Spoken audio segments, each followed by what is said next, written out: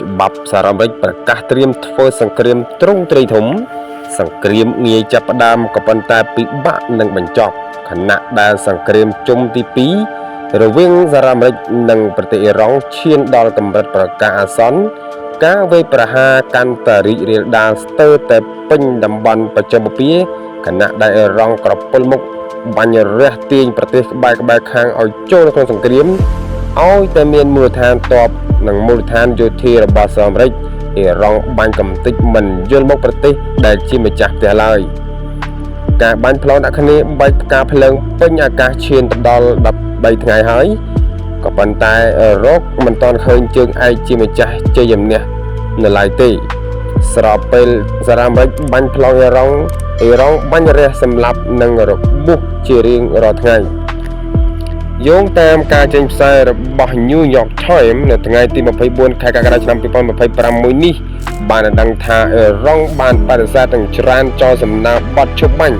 របស់សហរដ្ឋអាមេរិកបន្ទាប់ពីសំណើនេះបានធ្វើឡើងតាមរយៈនាយករដ្ឋមន្ត្រីអ៊ីរ៉ង់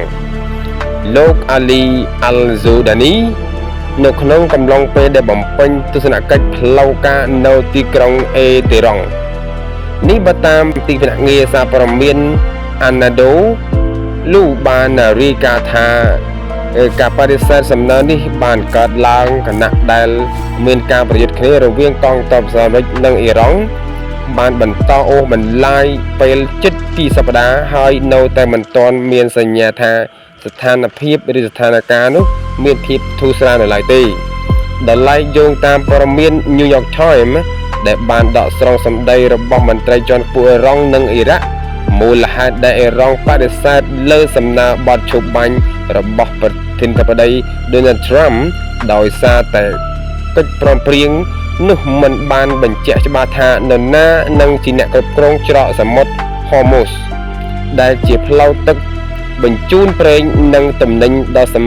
ខាន់របស់ពិភពលោកនៅឡើយនោះទេទន្ទឹមនឹងការចរចាមិនទទួលយកនូវលទ្ធផលមន្ត្រីអ៊ីរ៉ង់បានបញ្ជាក់ថាប្រទេសរបស់ខ្លួនបានត្រៀមខ្លួន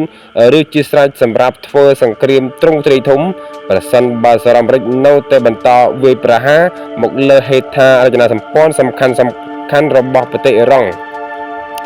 ប្រភពដដែលបានដឹងថានៅក្នុងករណីចំនួនកាន់តែរីករាលដាលអ៊ីរ៉ង់អាចនឹងពង្រីកការវាយប្រហារនៅលើទីក្រុង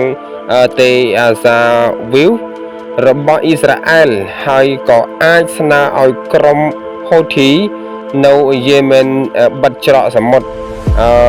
បាបអែលម៉ាន់ដេបដើម្បីបង្កើនសម្ពាធលើសហរដ្ឋអាមេរិកនិងសម្ព័ន្ធមិត្តស្ថានភាពនៅតំបន់បច្ចឹមបូព៌ាកំពុងតែមានភាពតានតឹង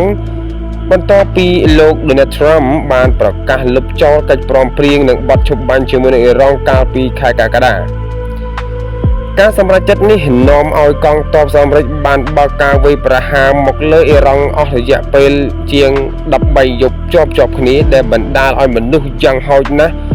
53នាក់បានស្លាប់និងជិត600នាក់ទៀតបានរងរបួសការសងសឹកអ៊ីរ៉ង់បានបើកការវាយប្រហារមកលើមូលដ្ឋានទ័ពរបស់សហរដ្ឋអាមេរិកនៅតាមបណ្ដោយប្រទេសជិតខាង